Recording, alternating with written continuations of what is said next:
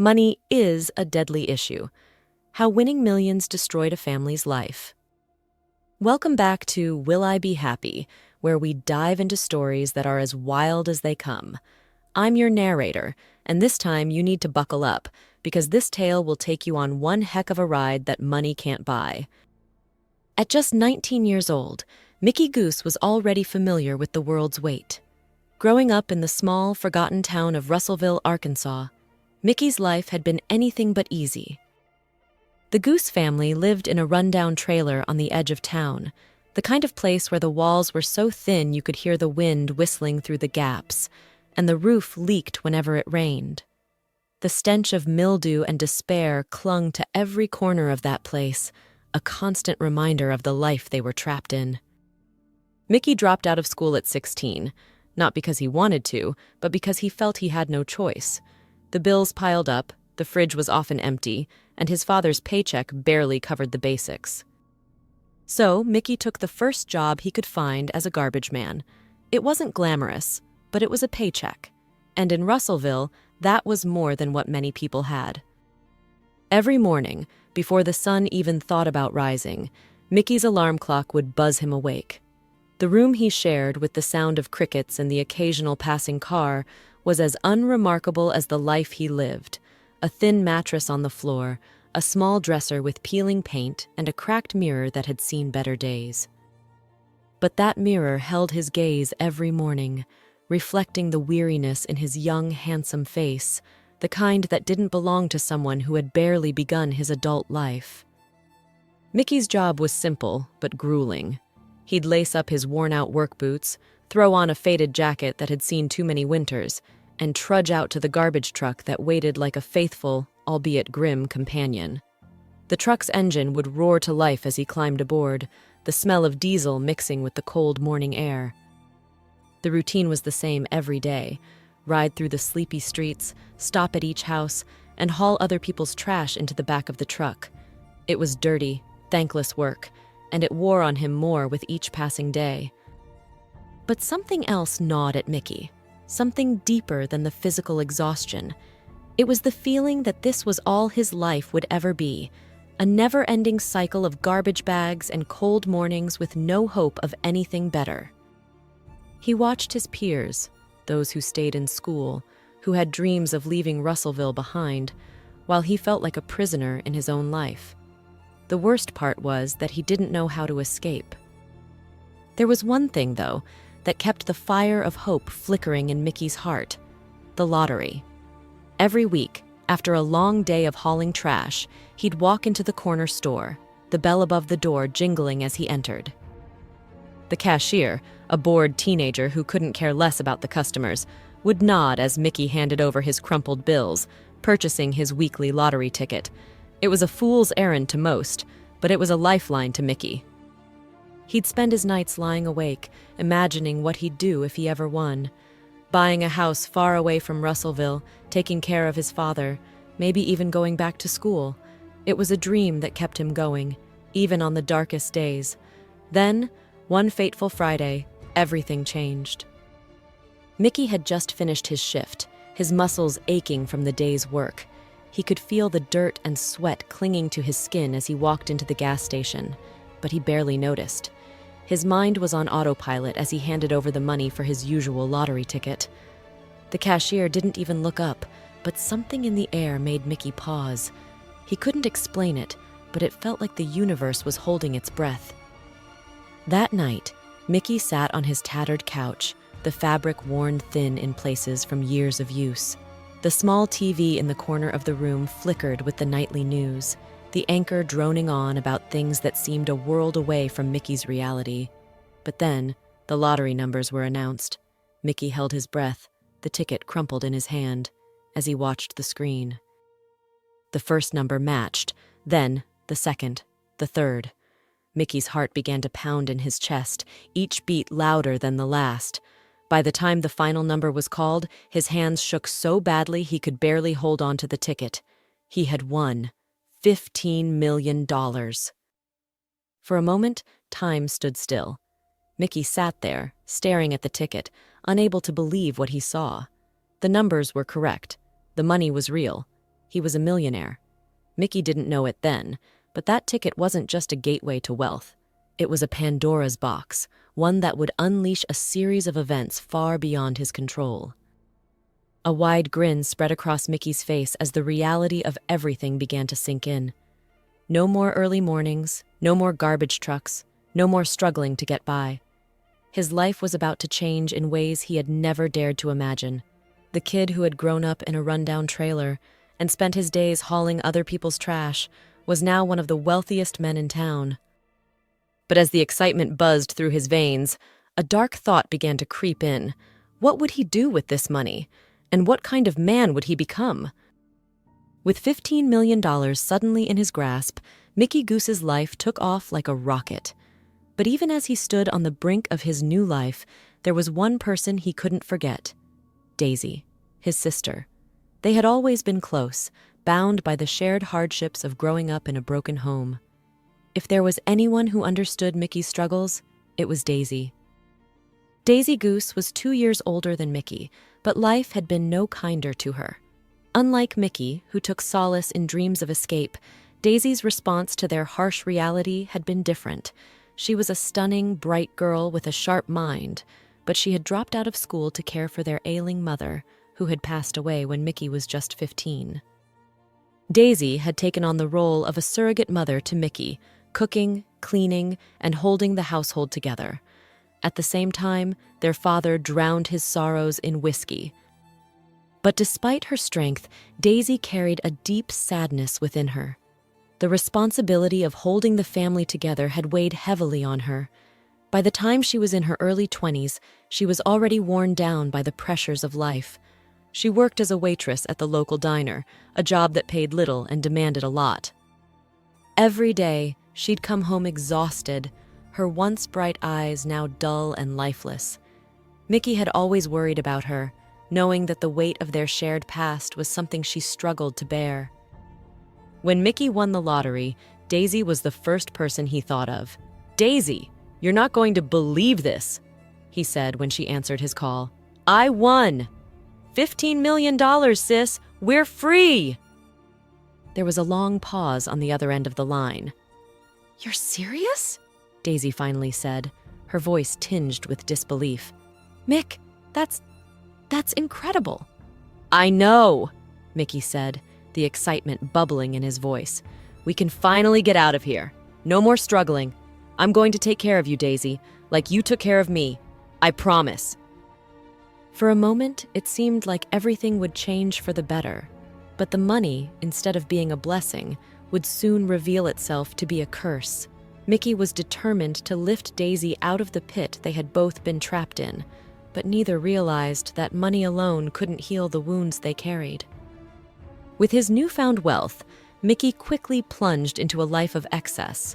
He bought a brand new Dodge Charger, the car he had always dreamed of, and tore down the highway like he owned the world. The rush of speed and power felt intoxicating, and Mickey began to believe that money really could buy happiness. But while Mickey was busy chasing thrills, Daisy's life began to unravel in ways neither of them could have anticipated. As Mickey's nights became a blur of flashing lights, poker chips, and casino floors, he found himself surrounded by new faces, people who were all too eager to ride the wave of his success. Among them was a woman named Amanda, whose presence would soon push Mickey further into the abyss. Amanda was everything Mickey's old life wasn't: glamorous, seductive, and dangerous. She moved through the casino like a predator, her eyes always searching for the next man to ensnare. When she spotted Mickey, she saw a man and a walking fortune. "Hey there, big spender," she purred, sliding into the seat next to him at the blackjack table one night. Her perfume was intoxicating, her voice a soft whisper that promised escape from all his troubles. "How about a little company?" Despite the warning bells ringing in his head, Mickey was too far gone to resist. Amanda quickly became a fixture in his life, constantly reminding him how far he had strayed from his roots. But while Amanda drained Mickey's fortune, Daisy was sinking into her own despair. While Mickey was busy burning through his millions, Daisy was struggling with her own demons. The money Mickey gave her should have been a lifeline, but instead, it became the weight that dragged her down. Daisy had always been a strong woman, but the years of hardship had left scars that even millions couldn't heal. With the sudden influx of wealth, Daisy found herself adrift. She quit her job at the diner, thinking that she could finally take a break, but the free time only gave her more room to wander into dark places. The emptiness she had always fought to keep at bay began to creep in, and with it came old habits she thought she had left behind. Daisy had dabbled with drugs in her youth, a way to escape the crushing reality of her life for just a few moments. But she had sworn off them after Mickey had once found her nearly unconscious on the floor of their trailer, and the look of fear in his eyes had shaken her to the core. She had promised herself she'd never go back, but promises made in the light are often broken in the dark. Now, with all the money in the world at her disposal, Daisy found herself slipping back into old patterns.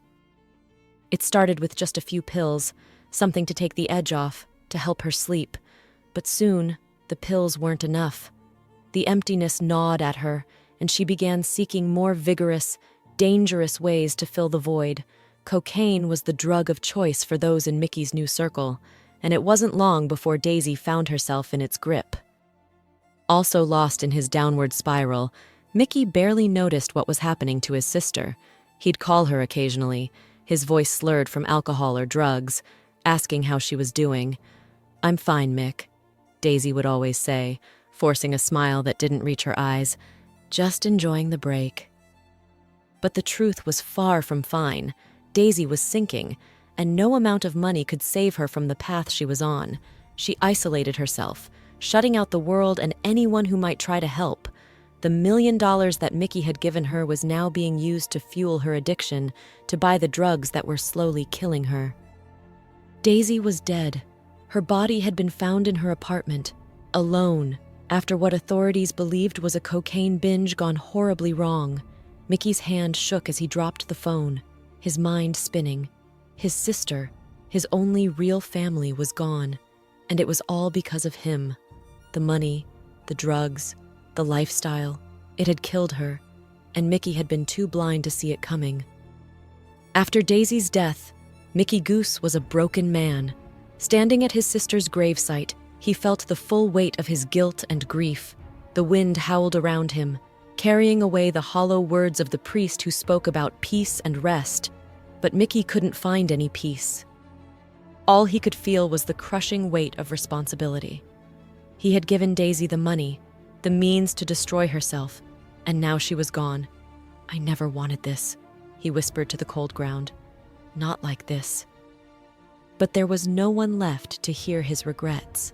The people who had once clamored around him, eager to share in his wealth, had disappeared as fast as they had arrived. And the money? It was slipping through his fingers, faster than he could count it. Desperate to numb the pain, Mickey threw himself deeper into the vices that had ruined him. More gambling, more drugs, more reckless spending.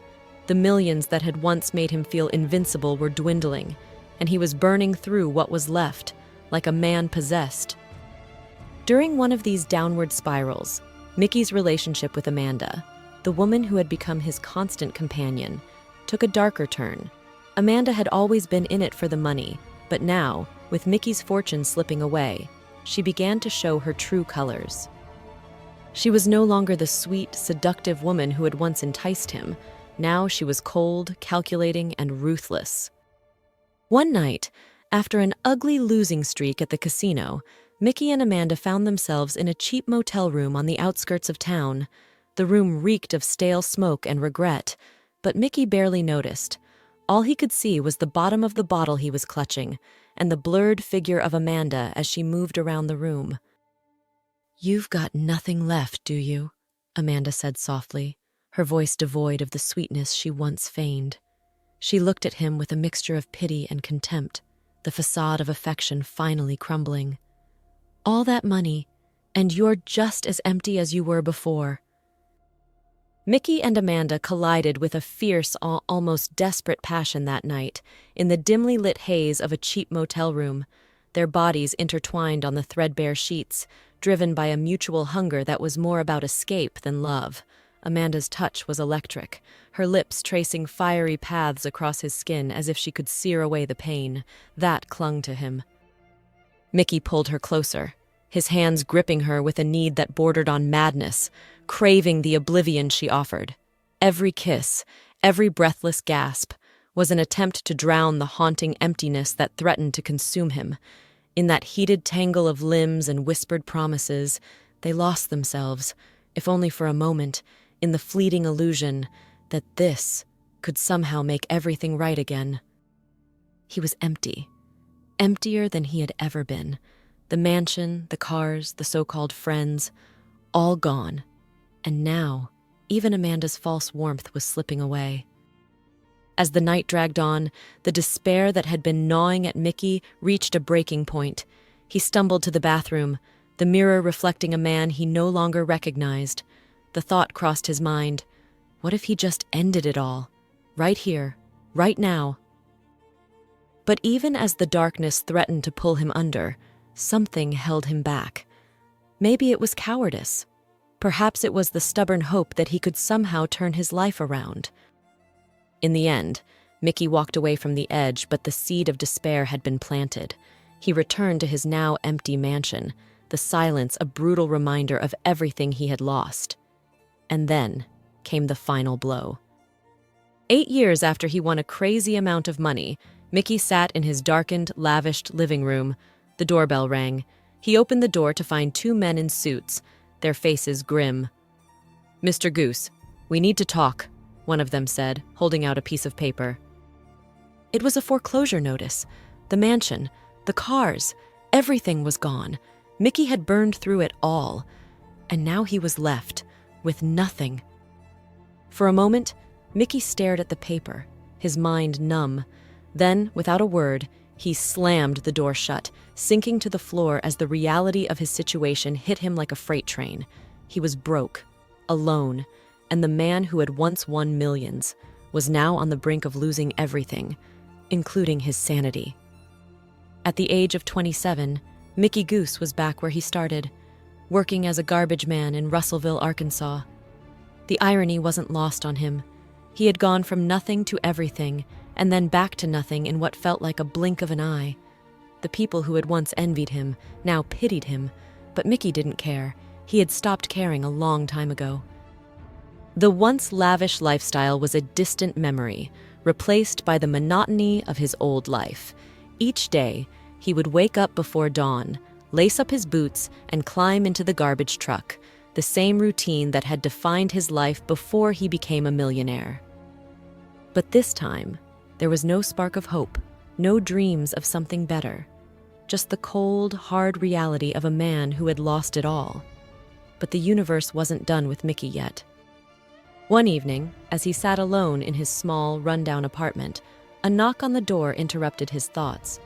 Mickey opened it to find an old friend from his glory days, a man he hadn't seen in years, back when life was nothing but parties and excess. "Hey, Mick," the man said, holding an envelope. "Thought you might need this." Inside was a lottery ticket. Mickey's heart skipped a beat as he stared at it, the memories of his first win flooding back.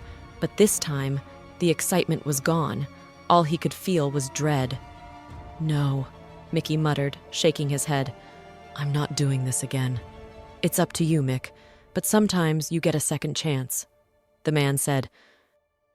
Mickey's hands trembled as he held the ticket. The temptation to scratch it was overwhelming, but something inside him resisted. The memories of everything he had lost, his sister, his fortune, his life, were too strong. He knew, deep down, that winning again wouldn't change anything. The cycle would just repeat, and he would lose again, only this time, nothing might be left to lose. With a deep breath, Mickey tore the ticket in half, the pieces fluttering to the floor like ashes. "No more," he whispered, a strange sense of calm washing over him. For the first time in years, Mickey felt a glimmer of peace. The money, the fame, it was all meaningless. All that mattered now was finding a way to live with himself, to somehow make peace with the life he had left. Goose's story was a cautionary tale, a reminder that not all that glitters is gold. But for Mickey, it was also the beginning of a long, painful journey toward redemption that would take the rest of his life. But maybe there was still hope for him. What can we take away from Mickey's story? It's important to stay grounded, value the relationships and principles that truly matter, and recognize that real happiness often comes not from what we have, but from who we are and how we navigate the challenges life throws our way. Mickey's second chance at life, tearing up that lottery ticket, is a powerful metaphor for all of us. Sometimes, the most significant victory is letting go of what we think we need and finding contentment in what we already have. Stay tuned for more stories on Will I Be Happy? And remember, sometimes happiness is about the journey, not the destination. If you enjoyed this series, remember to respond and subscribe to catch the next story. Stay happy.